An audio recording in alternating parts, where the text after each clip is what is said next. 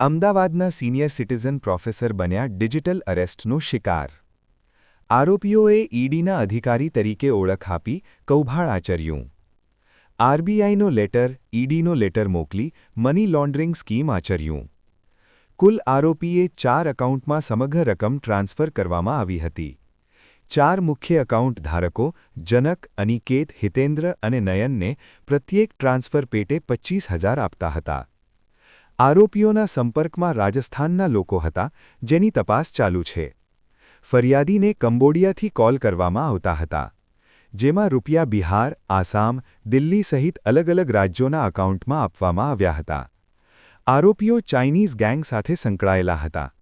ચીટિંગના રૂપિયાને ક્રિપ્ટોકરન્સીમાં convert કરી Chinese ગેંગને મોકલવામાં આવ્યા હતા। ચાઇનીઝ ગેંગ આરોપીઓને પોલીસની ટ્રેપમાંથી કેવી રીતે બચવું તે શીખવાડતા હતા। આરોપી હિતેન્દ્ર સોલંકી, અનિકેત અને અન્ય આરોપીને કમિશન મળતું હતું। સિમ બોક્સ અને વોટ્સએપ અને વીપીએન નંબરથી કોલ કરતા। આરોપી હિતેન્દ્ર સોલંકીની પૂછપરછ કરતા તે સટ્ટામાં 6 લાખ રૂપિયા હારી ગયો હોવાનું સામે આવ્યું। પોલીસે અત્યાર સુધીમાં કુલ 12 આરોપીઓની ધરપકડ કરી।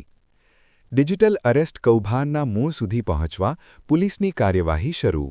ડિજિટલ અરેસ્ટમાં ગેંગ પકડી છે 13 આરોપીઓની ધરપકડ। શું છે સમગ્ર હકીકત, કેટલા રૂપિયા પડાવ્યા હતા અને કઈ રીતે આખું નેટવર્ક ચલાવ્યું?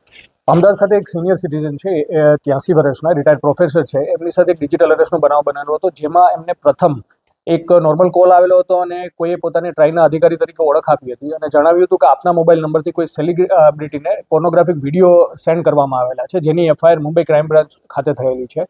એવું કહીને પછી ડરાવીને એ જે સિનિયર સિટીઝન છે એમને વિડીયો કોલ કરવામાં આવ્યો હતો। ત્યાં વિડીયો કોલમાં પોલીસ અધિકારી બનીને, ત્યારબાદ સુપ્રીમ કોર્ટના જસ્ટિસ બનીને અને ઈડીના અધિકારી બનીને અલગ અલગ લોકોએ એક સેટઅપ સેટ કરીને વાત કરેલી હતી અને પછી કહેવામાં આવ્યું હતું કે આપના નામે બેંક એકાઉન્ટ બી નીકળેલા છે, જેમનો નરેશ ગોયલના કેસમાં મની લોન્ડરિંગનો ઉપયોગ થયેલો છે। એટલે આવા અલગ અલગ બહાના બાદ એમને આરબીઆઈના લેટર, સુપ્રીમ કોર્ટના વોરંટ ઇસ્યુ ફેક જે ડોક્યુમેન્ટ છે એ મોકલવામાં આવ્યા હતા, ઈડીના લેટર મોકલવામાં આવ્યા હતા। એવું કહીને ટોટલ 20 દિવસથી વધારે એમને ડિજિટલ અરેસ્ટ કરવામાં આવી હતી અને અલગ અલગ તારીખોમાં એમની પાસે ટોટલ 7 કરોડ 13 લાખ રૂપિયા જેટલા અલગ અલગ એકાઉન્ટમાં ટ્રાન્સફર કરવામાં આવ્યા હતા। આમાં જે વોટ્સએપ નંબરથી જે કોલ કરવામાં આવ્યો હતો એ વોટ્સએપ નંબરની જે અમારી ટીમે ઇન્વેસ્ટિગેટ કરી એ બધા કંબોડિયાથી યુઝ થયેલા છે। એટલે જે સેટઅપ આખું જે ડિજિટલ અરેસ્ટનું ચાલતું હતું એ કંબોડિયાથી ચાલતું હતું। તો આ બાબતની જ્યારે સિનિયર સિટીઝનને જાણ થઈ ત્યારે અહીંયા તાત્કાલિક એફઆઈઆર દાખલ કરી અને અમારે પીઆઈ NS ખોખર અને એમની ટીમે 3 દિવસમાં આ બધા આરોપીઓની 12 આરોપીઓની ધરપકડ કરેલી છે।